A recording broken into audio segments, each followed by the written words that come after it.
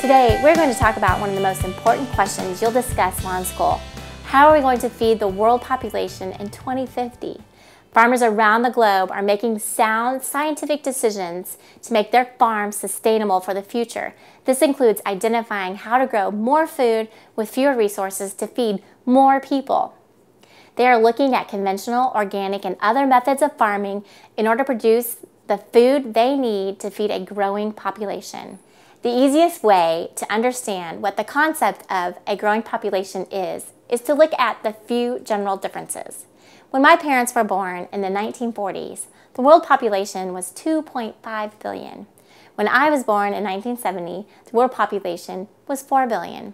And when my 3 girls were born in this 21st century, the population is 6 billion people. With this increase in the span of time and the decrease in farmland, it's easy to see why farmers are using sound scientific decisions to continue feeding this growing world on less farmable land. Farmers in the 1960s could feed 26 people. Today, farm families feed over 155. Nutrient management is one of the reasons farmers can feed more people with less land.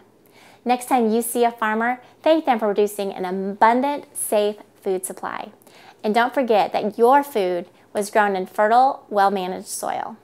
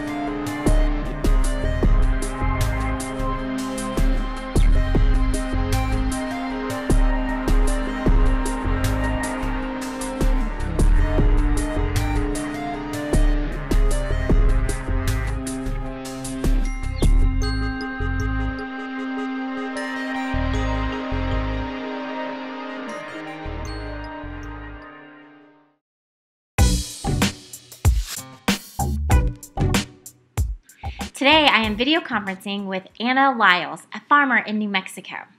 Anna, can you tell us what you grow on your farm? We grow lots of things.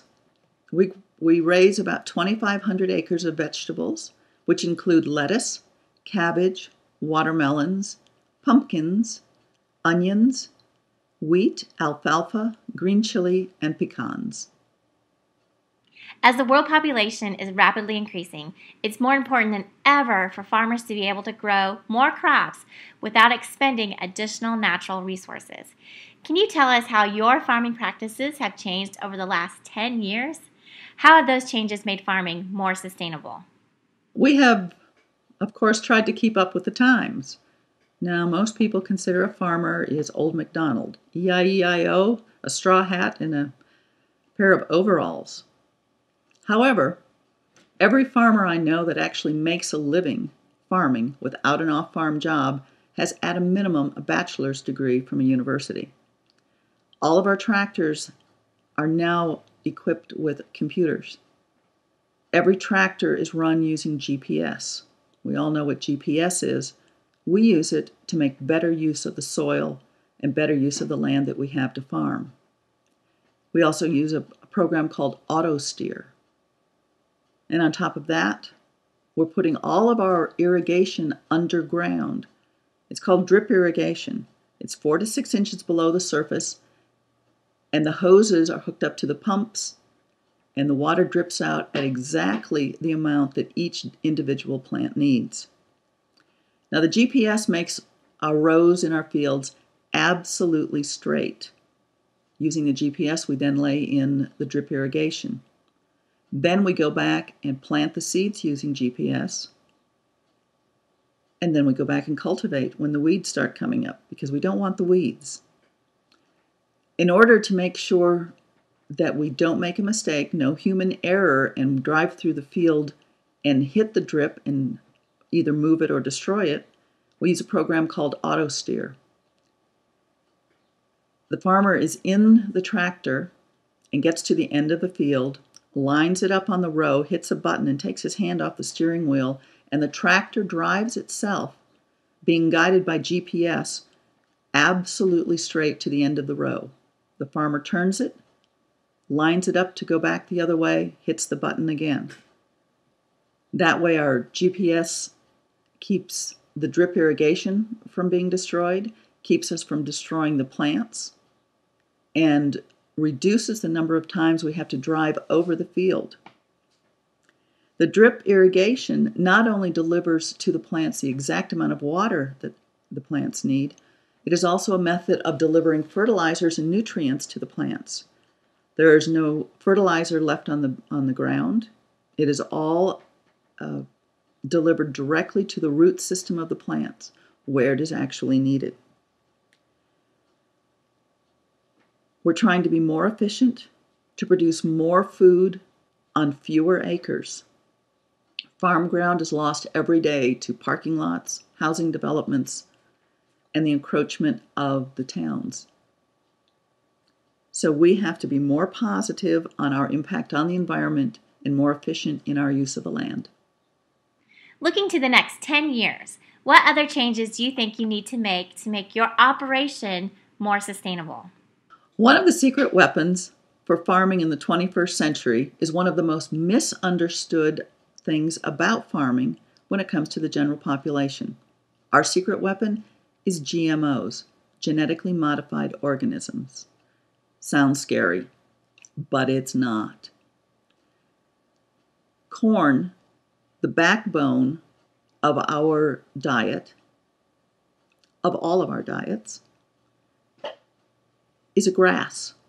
It is part of the grass family and was originally a plant that looked similar to what wheat looks like today. Through selective breeding over thousands of years, we now have the corn plant that we all are familiar with. Corn is a genetically modified organism that was done in the farm, in the field, by farmers over thousands and thousands of years. A GMO is a plant similar to that we can do in years what used to take thousands of years. Because of the number of people on our planet, we need to produce more food faster. So in the laboratory, they are making the GMOs stronger, more resistant to disease, able to produce more food more quickly. They are not frankenfoods. We're just speeding up the process of natural selection. What is the one thing students can do to really understand how food is brought to their table? The one thing you can do, if you really want to know how it works, plant a garden. Get a job on a farm. Get your hands dirty. Go out there and plant the seed and see how long it actually takes to go from the seed you put in the ground to something you can put on the table. Look at how much effort, time, and energy is expended in order to put that one tomato on your kitchen table. Unless you do it hands-on, put in the work, watch your crop die or flourish, you truly can't grasp what it is to grow food that feeds a nation.